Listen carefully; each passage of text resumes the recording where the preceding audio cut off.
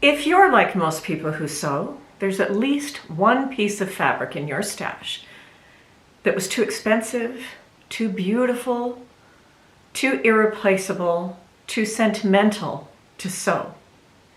That's precious fabric. And this month, September of 2024, Whitney of TomKat Stitchery has challenged all of us to sew a piece of that precious fabric. I'll admit that I was a little bit trepidatious, but I did cut and sew a piece, and I'm excited to show you what I made.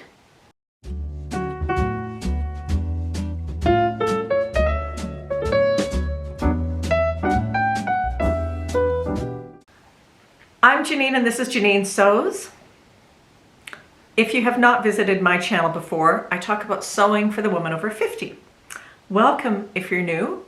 Hello again. It's good to see you if you're a returning viewer. As I mentioned, Whitney from TomKat Stitchery has put together this really great challenge that I think all of us can kind of relate to. She has outlined all of the details about the challenge on her channel, and there's a link down below. There are prizes. You can enter it. You just have to post on Instagram your make by September 30th. And you'll want to tag Whitney, which is TomKat Stitchery Caramel on Instagram, and use the Precious Fabric 24 hashtag. And you can also tag me, because I'd love to see what you've made. And my Instagram handle is Janine ERM. All of this is down below. Now, I want to highlight the vloggers who have been working along with me yesterday, today, tomorrow. Yesterday's vloggers were Deb's Made This and my fellow Canadian, Izzy from Dizzy Quilts and Sews. Joining me today is Island Socialist, and tomorrow you can find videos by Elephant and Rose and my Soper Power. Again, links for everything down below. As much as I try to not purchase or keep a lot of fabric around, I don't like to have a stash, I have managed to accumulate a few pieces of precious fabric. And I told you about the pieces that I didn't use for this project in my Friday Sews video on September 6th, which is linked up here. The piece of fabric that I did use was bought in the spring. I haven't had it that long ago, and I picked it up from a small shop in a woman's home in Olds, Alberta. Two of the other pieces of fabric that are in my precious list were also purchased from her. And this woman brings in only really amazing fabric and sells it from her home. I saw this fabric. I immediately knew what it had to be. And it was expensive, but it wasn't insane expensive. And the colors were right. So I thought, yeah, I'm gonna buy this.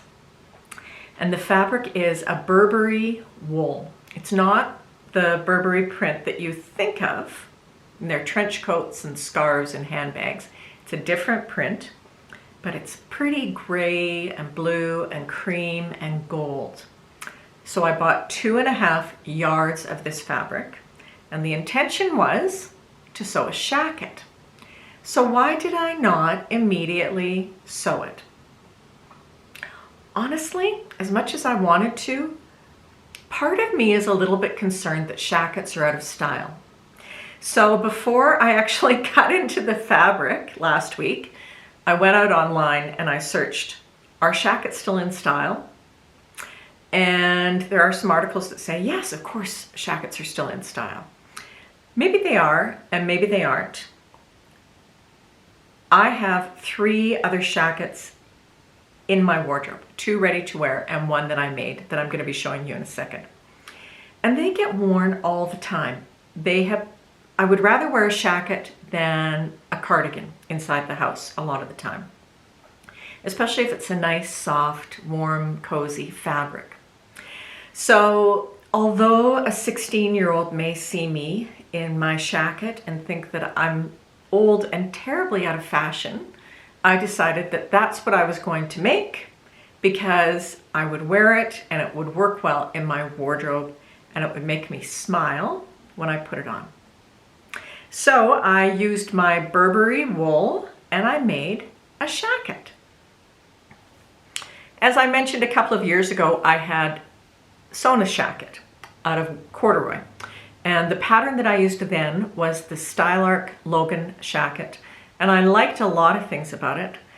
So I figured I may as well just use the same pattern since I knew that it worked. I knew what needed special attention. So I pulled out the pattern and laid out the fabric and got it ready to cut. I wanted to make sure that I matched things as well as I possibly could.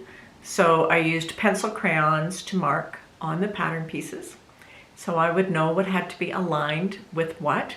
And I think I did a pretty good job. There are a couple of places that aren't perfect, but they're not glaring errors. I think I could have aligned, the way that I aligned the yoke in the back could have been better because I cut the yoke on the bias. Anyway,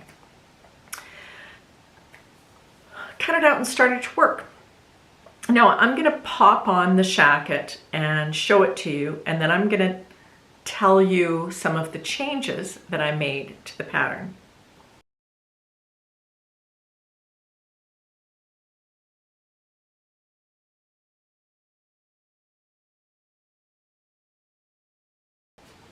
The first thing that I changed on the pattern was adding a lining to the yoke. This is my original shacket, and I hope you can see it because the fabric is so light colored. The yoke has no lining on the inside. It's just unfinished. And I like a yoke on a jacket or something that you're going to be slipping on and off a lot. It makes it easier to slip it on and off, and it also adds a little bit of warmth. You know, sometimes the top of your back gets chilly. So I just added a lining to the yoke, and I used a piece of lining fabric. Open this up so you can see it. So there's the lining. And I did a burrito method on it. Burrito methods leave such beautiful, clean lines inside. That was the first thing that I changed. I decided to leave off the breast pockets because, honestly, I didn't know if I was going to be able to align them properly. And I also just think that, I don't know, it wasn't a look that I wanted with this. The next thing that I changed was the cuffs of the sleeves. This, on the original one, the pattern as drafted has you roll up twice, half an inch, roll up half an inch twice, stitch it, and then when you wear it, you just roll up the cuffs. So it kind of looks like this, and I don't like that look. And this is wool, frays, so instead I rolled up and turned it into a cuff and actually stitched it down. And you will see, that's where it's not perfectly aligned, but too bad. The next thing that I changed was probably the biggest thing that I changed, and that was the collar. This collar is fiddly. The collar stand in particular is fiddly, and I had problems with it the first time I used it. I had problems the second time. It's mostly just because the seam allowance is really tiny. I think it's like, is it 1/4 of an inch when you're attaching the collar stand to the shacket? And I just was having problems with it, so I thought, you know what, I'm just going to redraft the collar the way that I want it to be. The collar, this is not the collar stand I'm talking about, the collar as drafted has you cut 2 pieces of the collar that are exactly the same, and then you stitch them together, you trim the fabric on the edges and turn it inside out. Well, when I went to the Ron Collins class earlier this year, he showed us all a much better way to do a collar.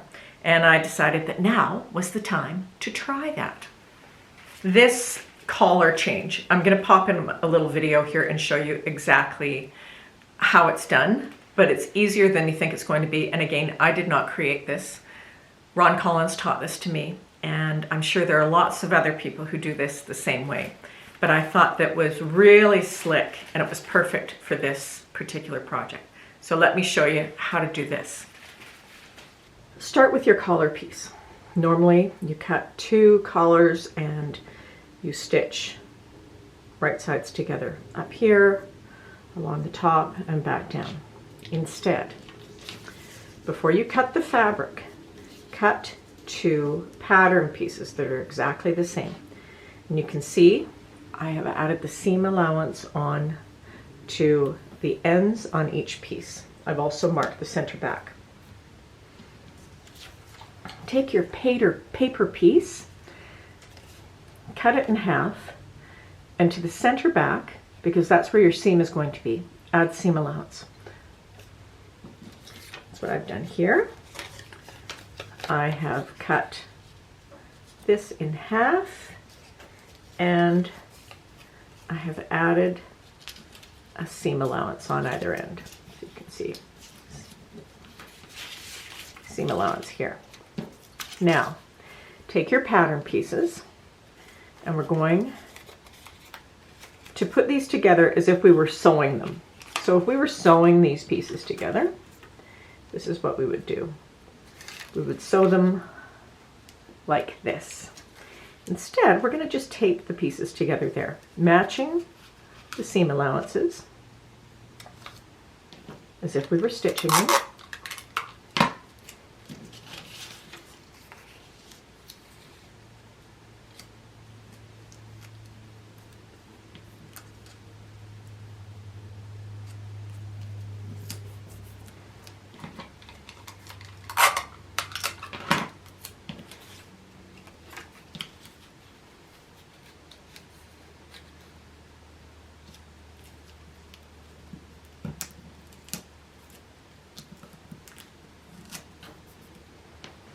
So this becomes your pattern piece. You cut 1 piece out for the collar, interface this section, then you start out by stitching the center back seam together right here, and then you fold the fabric out and you stitch along the top here, turn it inside out, and you've got a collar piece with no seams on the end, and it will be stitched along the top. Here is the original collar, where on the original shacket, and there's the seam here, which of course is kind of fussy, and here is the collar where I used the 1-piece collar, and there's no seam there. There's just a fold, and it's top stitched. And I thought this was an especially helpful technique for this particular fabric because it frays so much. And it's really easy to just get a little piece of fabric sticking out, and or if you trim it a little bit too close, then there's a risk that it's going to fray. So it turned out very nicely, and I was super happy with this technique. The fabric was a bit of a challenge to work with because it does fray a lot. I thought about using French seams, but I knew they would add bulk. So instead, I sewed it on my sewing machine, and then on the edges, I ran a row of zigzag, and then I just trimmed on with my pinking shears. And it's pretty good. Not perfect. Pretty good. Very pleased with how this turned out. Like the colors, like the style, it's a nice weight. It's something that can be worn inside the house, not just outside. So it will get a lot of wear around home in the coming coolish months. And it's a beautiful fabric. It feels really nice. It's not itchy, unlike some wools. So it was a good choice. And I really want to thank Whitney for encouraging all of us to pull something precious out of our stash and use it for what it was intended to be used for, which is sewing something. Thank you so much for joining me in this challenge, and I hope that you will see if there's something in your stash that you loved enough to buy, and you should now love enough to sew. Take care. I'll see you soon.